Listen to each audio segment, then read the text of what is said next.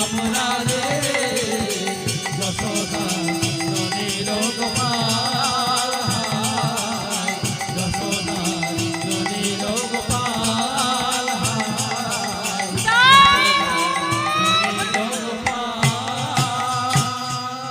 ওমা সেই সময় 7, 8, 9, 10 বছর মেয়েদের বিয়ে দেওয়া হতো না? হতো না? এখন কি হচ্ছে এই কলিযুগে? কোনো মেয়েকে বিয়ে দিচ্ছে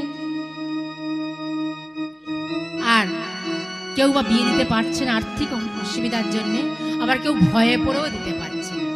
সরকার থেকে আইন করে দিয়েছে কি না মেয়েদের 18 আর ছেলেদের 21। তারা আগে দিলে কি হবে গো? কোনো মেয়ে যদি বাপের বাড়ি ঋতুমতি হয় সেই পিতৃবংশকে 14 পুরুষ নরক যন্ত্রণা ভোগ করতে হবে। যে ঘটনা ঘটেছিল ত্রেতা যুগে রাজা দশরথের রাজত্ব, 12 বছর মানে 12 বছর বৃষ্টি হয়নি। কেন না একটি মেয়ে বাপের বাড়ি ঋতুমতি হয়েছে, এই জন্য।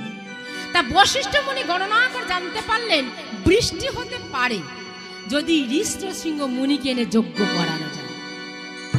এই হৃষ্টশৃঙ্গ মুনিকে এসে কোথায় থাকে, কি তার জন্ম পরিচয় তা শুনুন। তবে বিভাণ্ড মুনি এমনই তেজস্বী পুরুষ, এই বিভাণ্ড মুনিকে দেখে স্বর্গের দেবতা দানব মানব যে যে যে যেখানে আছে সবাই ভয় করত এই বিভাণ্ড মুনিকে দেখে। আর এই কথা একমাত্র জানতে পারলেন কে? দেবরাজ ইন্দ্র। দেবরাজ ইন্দ্র বলে ওই বিভাণ্ড মুনির তেজ আমাকে কমাতে হবে। দেবরাজ ইন্দ্র কি করলেন? পবন দেব, পবন দেব শোনো, ওই বিভাণ্ড মুনির তেজ কমাবার ব্যবস্থা করে। আর বিভাণ্ড মুনি কি করলেন? নর্মদা জলে তপস্যা করছেন, পাশে নানা রকমের ফল দেখেছেন, তপস্যা সেরে সেই ফল আহার করবেন। তপস্যা সেরে সেই ফল আহার করবেন। আর ওদিকে দেবরাজ ইন্দ্র আর পবন দেব দুজনায় যুক্তি করছেন। দুজনায় যুক্তি করছেন কেমন ভাবে বিভাণ্ড মুনির তেজ কমানো যায়। দুজনায় যুক্তি করছেন কেমন ভাবে গো? এই মতো যুক্তি করে আর পবন দেব চলিয়ে, এই মতো যুক্তি করে পবন দেব চলিলা, এই মতো যুক্তি করে পবন দেব চলিয়া, এই মতো যুক্তি করে পবন দেব চলিলা।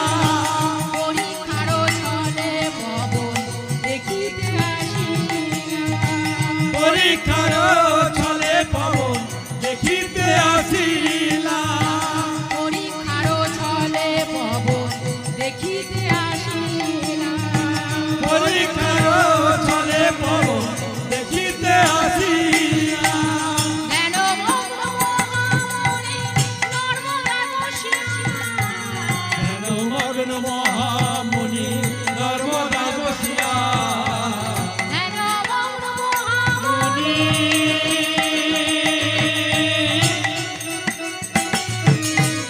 নর্মদায় বসিয়া, ধ্যানমগ্ন মহামুনি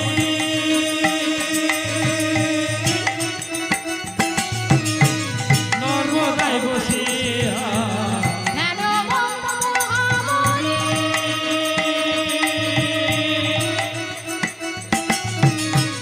নর্মদায় বসিয়া, ধ্যানমগ্ন মহামুনি